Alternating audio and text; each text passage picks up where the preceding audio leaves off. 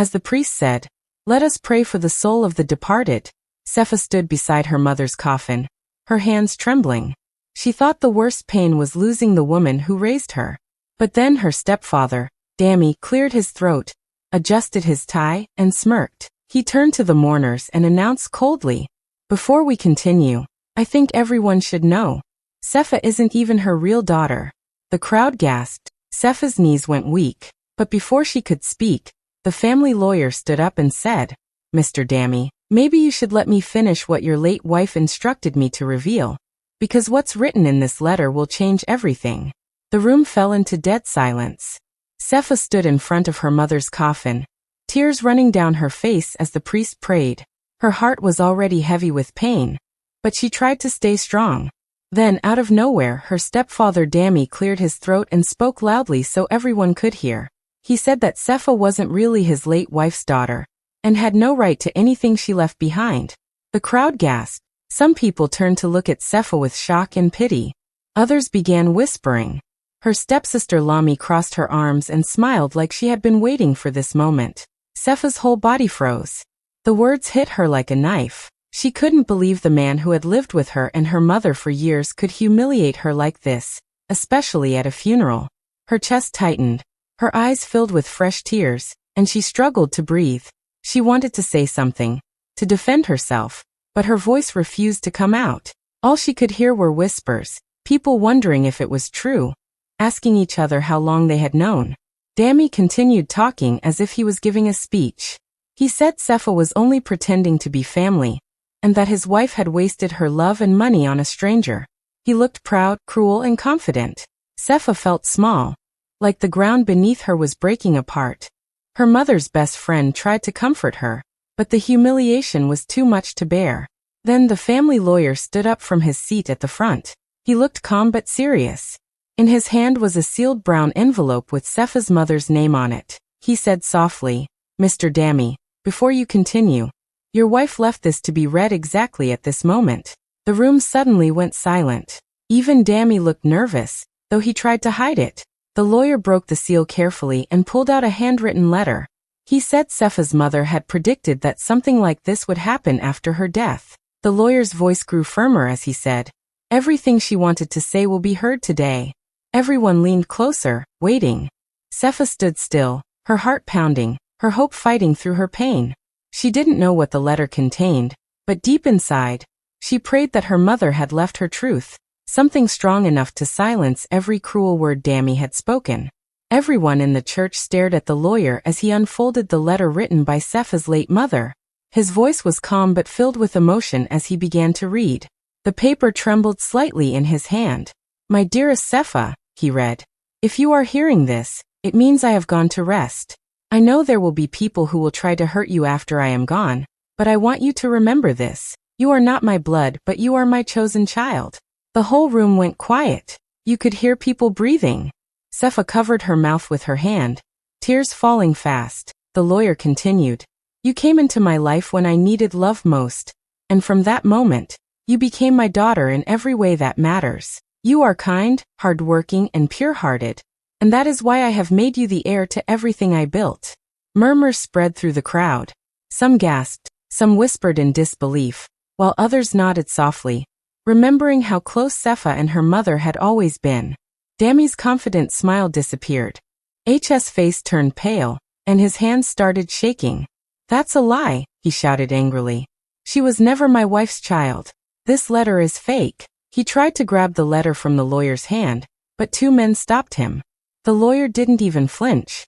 He said firmly, "Mr. Dammy, your late wife signed every page of this letter in my presence. And before her death, she made a video recording where she read this exact letter herself." He looked around the room and added, "The hospital, the notary office, and I all verified it. Nothing here is forged." People began to murmur again, this time in Dammy's direction. The same people who had looked at Sepha with pity now looked at Dammy with disgust. The lawyer kept reading the last part of the letter. "To those who doubt, I say this. Sepha was not born from my body, but she was born from my heart. Everything I own, the mansion, the businesses, the savings, belongs to her. No one else." Sepha's legs nearly gave out. She felt a rush of emotions, shock, love, sadness, and relief all at once. Her mother had known this day would come, and had protected her even from the grave. Dammy's voice broke as he shouted again, trying to regain control, but no one listened anymore.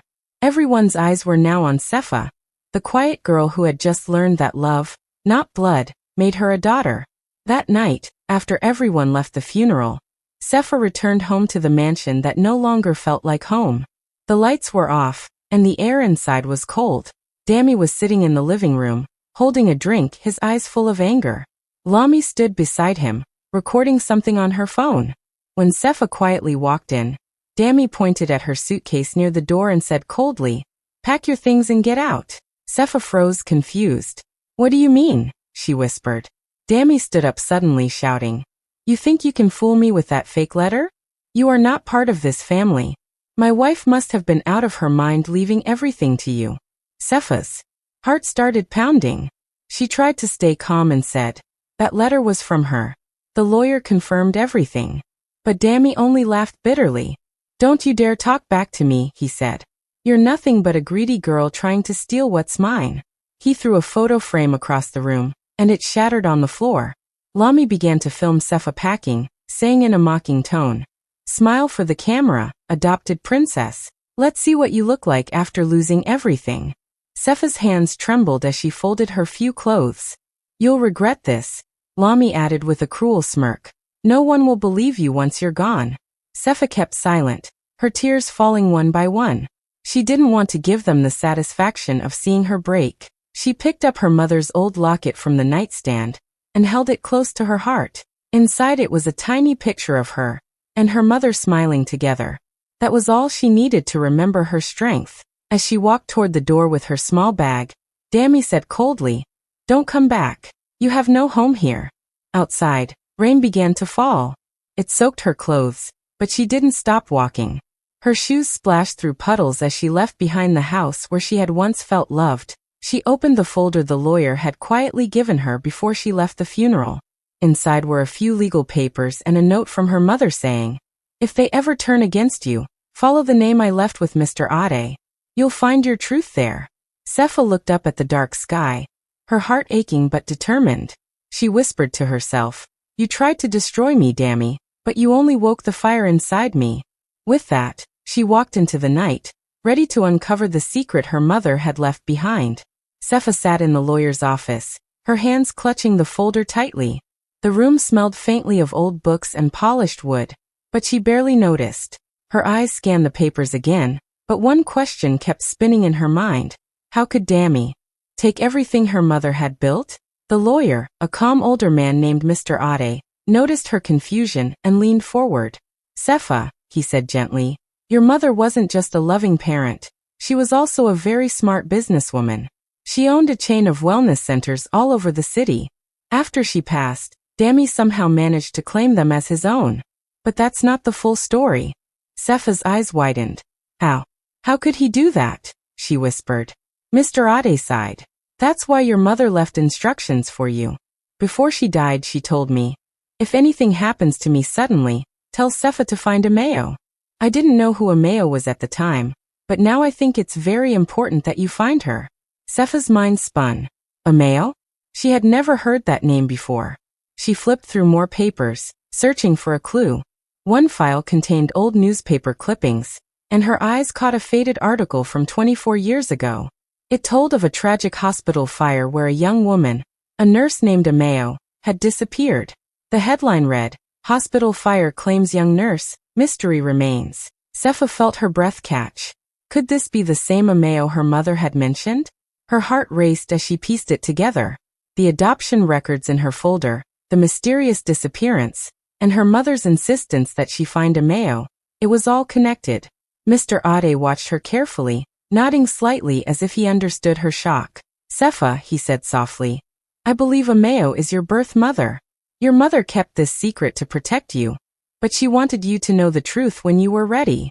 Sefa sat back, her mind spinning with images of her mother working in her wellness centers, her stepfather scheming behind the scenes, and a mother she had never met but had always been a part of her life in ways she hadn't understood. The fire, the disappearance, the hidden adoption. All the pieces began to fit together. She felt a mix of sadness, anger, and determination. Her mother had left a trail for her to follow, and now Sepha knew that finding Emeo was the next step. She clenched her fists, a spark of courage igniting inside her. She whispered to herself, "I will find her. I will know the truth, no matter what it takes." The office felt smaller now, but Sepha felt bigger. Her mother had trusted her with this secret, and for the first time since the funeral, she felt the fire of purpose burning inside her. Sepha marched back to the mansion the next day, her heart pounding with a mix of fear and determination. She needed answers from Dammy, even if it meant facing his anger. The moment she stepped into the living room, he looked up from his papers and immediately scowled. "What are you doing here?" he snapped. "I told you, stay away from things you don't understand." His voice was loud, but there was something behind it, a crack, a hint of fear that made Sepha pause for a second. She held her phone in her hand, quietly turning on the recording without him noticing. "I need answers about Emeo," she said calmly, trying to keep her voice steady. Dammy's face darkened, and he leaned forward, his fists clenched. "I said leave it alone," he shouted. But as he spoke, Sepha noticed the hesitation in his eyes. His anger was too strong, almost like a mask to hide panic. Every word, every movement told her that he was hiding something. She stayed quiet, recording every second, letting him expose himself without realizing it. That night, after Dammy and Lami had gone to bed, Sepha sneaked into her mother's sewing room. The faint smell of fabric and thread filled the air. There, in the corner, she spotted an old wooden box covered in dust. The lock was rusty, but she managed to open it with a key she found taped under a drawer. Inside, her eyes widened as she saw stacks of documents, folders, and old photographs.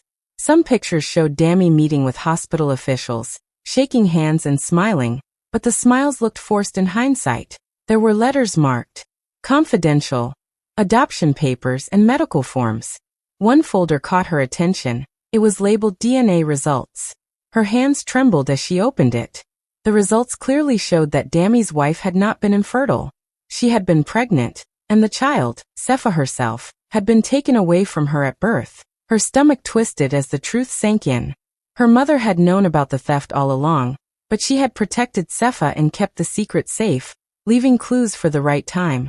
Sepha felt a mix of sorrow, anger, and disbelief. She looked back at the photos and papers, realizing that Dammy had gone to great lengths to cover up his crimes, faking the adoption, lying to the family, and even controlling the businesses that were rightfully hers. But now, Sepha held the proof in her hands. She whispered to herself, "I finally see the truth. You can't hide anymore." The fear in Dammy's eyes earlier replayed in her mind, and she smiled softly, knowing that the power had quietly shifted. For the first time, Sepha felt she was no longer just a victim. She was ready to reclaim everything that was taken from her. Sepha's hands shook as she walked into the small clinic, clutching the DNA papers she had found in her mother's sewing room. The genetic specialist, a kind woman named Dr. Igioma, greeted her and led her to a quiet room. "We'll compare your DNA with the archived hospital records," Dr. Igioma said gently. "It's a routine check, but I think you'll want the truth." Sepha nodded, her throat tight. She had already suspected the truth, but somehow, knowing it was coming made her nervous. The testing took a few hours. Sepha sat in the waiting room, staring at the floor, her mind racing. She thought of Dammy, of the lies he had told, and of her mother, who had silently protected her all these years. She felt a storm of emotions, anger, sadness, fear, and a tiny spark of hope. Finally, Dr. Igioma returned with a folder in her hand. "Sepha, the results are clear," she said softly. "You are the biological daughter of your late mother. There is no doubt." Sepha's heart skipped a beat. She felt a rush of relief, but also a sharp sting of betrayal. All those years, Dammy had lied to her, claiming she was adopted to steal her mother's fortune. He had conspired with hospital staff to fake documents and make everyone believe she was not her mother's child. Every harsh word, every cruel act, every step he took to humiliate her suddenly made sense. He wanted to control her inheritance, and he thought that by hiding the truth he could keep her powerless. Tears rolled down Sepha's cheeks as the realization sank in. Her mother had known the truth all along. She had kept it hidden, not out of fear or shame, but to protect Sefa until the right moment, until Sefa was strong enough to face the lies and claim what was hers. Sefa felt a deep wave of gratitude toward her mother. Even in death, her mother had been guiding her, leaving clues, letters, and now proof. Sefa held the DNA report close, her hands trembling, and whispered, "Mama, I understand now. You kept me safe, even when the world lied to me." She felt a newfound strength growing inside her. The anger toward Dami mixed with determination. She now had undeniable proof that he had manipulated everyone and tried to steal her life. For the first time, Sefa didn't feel like a victim. She felt like a fighter, armed with truth and the courage to confront Dami and reclaim her life. She left the clinic with her head held high, knowing that nothing could stop her now. The truth was finally in her hands, and she would not let anyone take it away. Sefa sat in her small apartment, staring at her laptop, her hands shaking with excitement and fear. Beside her, Kato, her best friend and a determined journalist, leaned over, ready to help. "Are you sure you want to do this?" he asked softly. Sefa nodded. "It's time the world knows the truth," she said. Together, they uploaded all the evidence, the DNA report, adoption papers, photos of Dami meeting with hospital officials, and the documents proving he forged business records. Kato typed a headline that would catch everyone's attention. "Widower stole wife's fortune, lied about daughter's adoption." Within minutes, the post started spreading. Notifications popped up one after another. People were sharing, commenting, and tagging friends. The story went viral in hours. Sefa watched in disbelief as the likes and shares grew into thousands. Messages poured in from people who had known parts of Dami's schemes, but had never had proof. Some expressed shock, some anger, and some sympathy for Sefa. For the first time, she felt a sense of justice, even before the authorities got involved. The next day, police arrived at the mansion. Officers asked questions, took copies of the documents, and assured Sefa that an official investigation had begun. She felt relief, knowing that Dami could no longer manipulate the truth. Mr. Ade, her lawyer, confirmed what she already suspected. Dami had forged several documents after her mother had suffered a stroke. He had illegally transferred ownership of the wellness centers, falsified contracts, and attempted to erase Sefa's rights.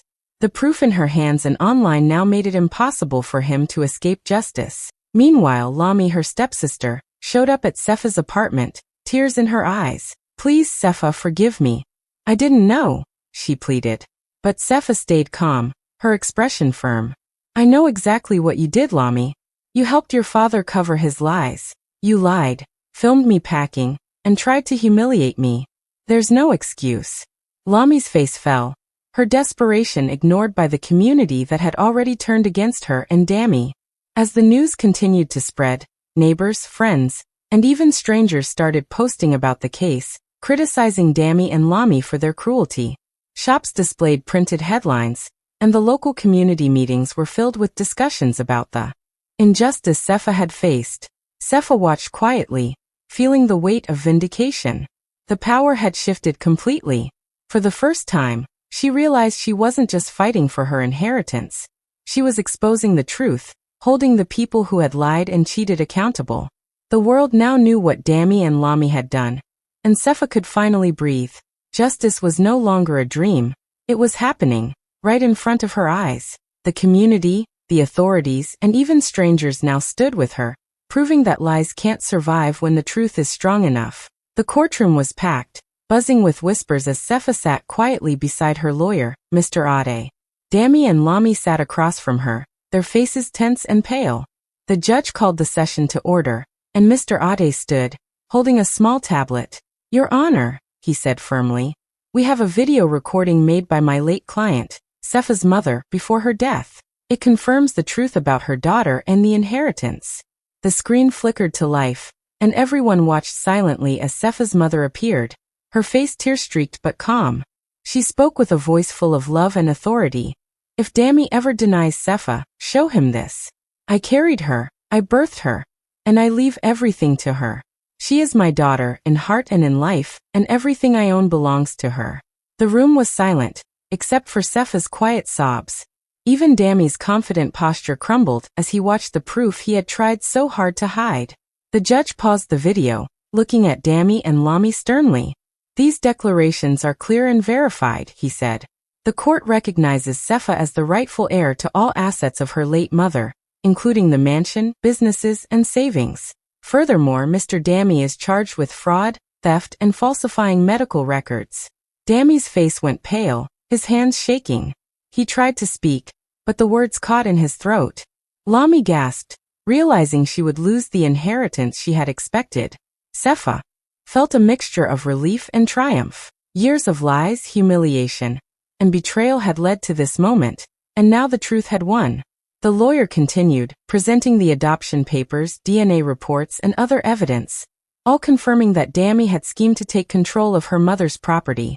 The courtroom murmured, many shaking their heads in disbelief at the cruelty Dami and Lami had shown. Finally, the judge delivered the verdict. Sefa is legally recognized as the sole heir. Mr. Dami will face all consequences under the law, and Ms. Lami is stripped of any inheritance obtained through deceit. The gavel struck, and a wave of satisfaction washed over Sefa. She didn't just win a legal battle, she had won back her dignity, her mother's honor, and her rightful place in the world.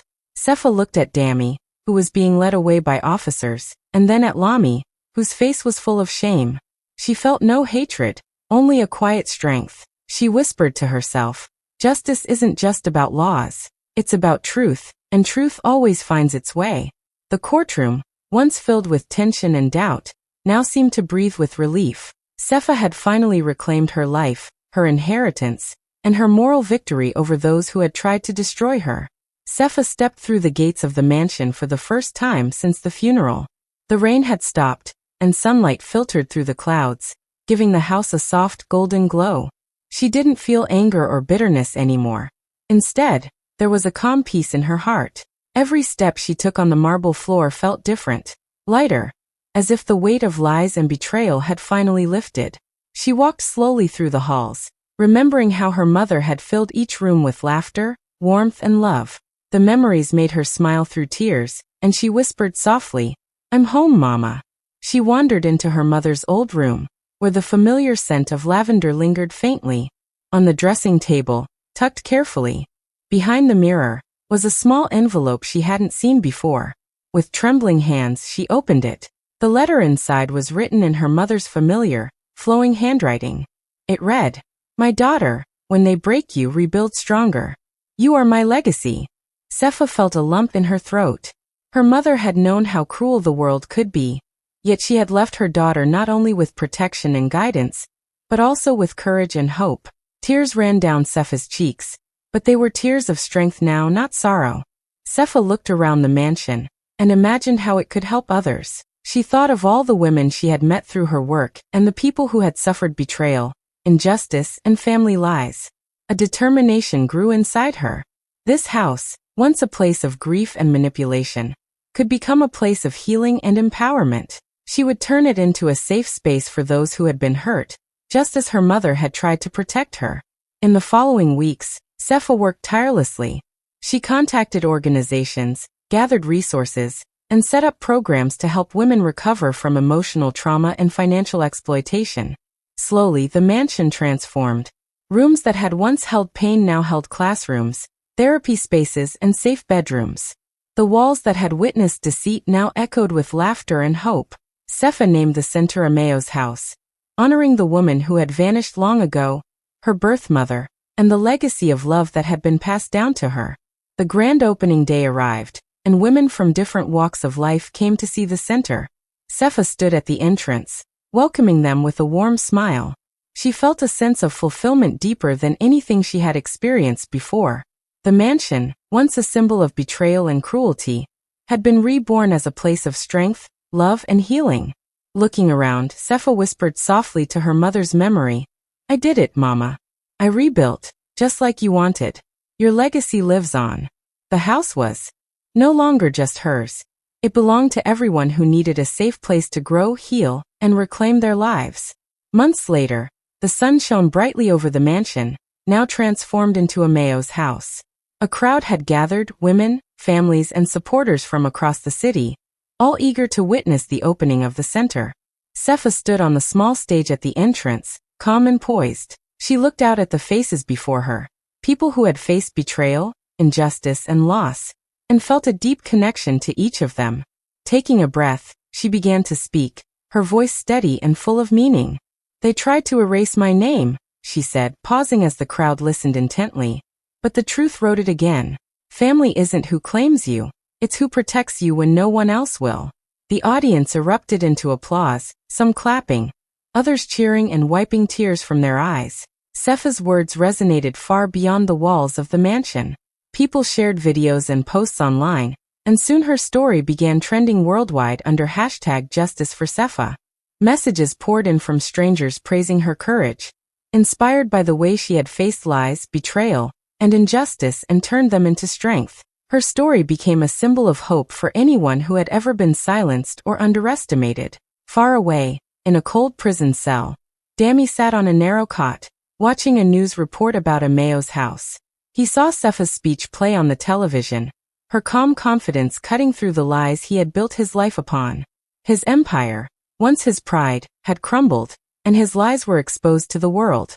Every cruel word he had spoken, every action he had taken to hurt Sepha, now stood against him. The realization hit hard. He had lost not only his fortune but the respect and fear he had once commanded. Back at the mansion, Sepha stepped down from the stage and walked through the halls of Amayo's house. She paused at the window, looking up at the clear blue sky. A gentle breeze touched her face as she whispered softly, almost to herself, "I kept your promise, Mama. You raised a fighter." The words carried the weight of all she had endured and overcome. She felt her mother's presence in the warmth of the sun, in the laughter of the women around her, and in the life she had rebuilt from the pain and betrayal. Sepha smiled, a mixture of peace and triumph in her eyes. The mansion was no longer a place of loss or cruelty. It was alive with hope, strength, and love. And in that moment, she knew that her mother's legacy was no longer just a memory. It was a living, breathing force, helping countless others rise from their own struggles, just as Sepha had. If you've ever faced betrayal, been underestimated, or had people try to erase your worth, remember Sepha's story. The truth always finds a way, and your strength is your legacy. Share this story with everyone you know. Let Justice for Sepha inspire those who need courage to stand up, reclaim their power, and turn pain into purpose. Don't let lies define you. Let your truth shine.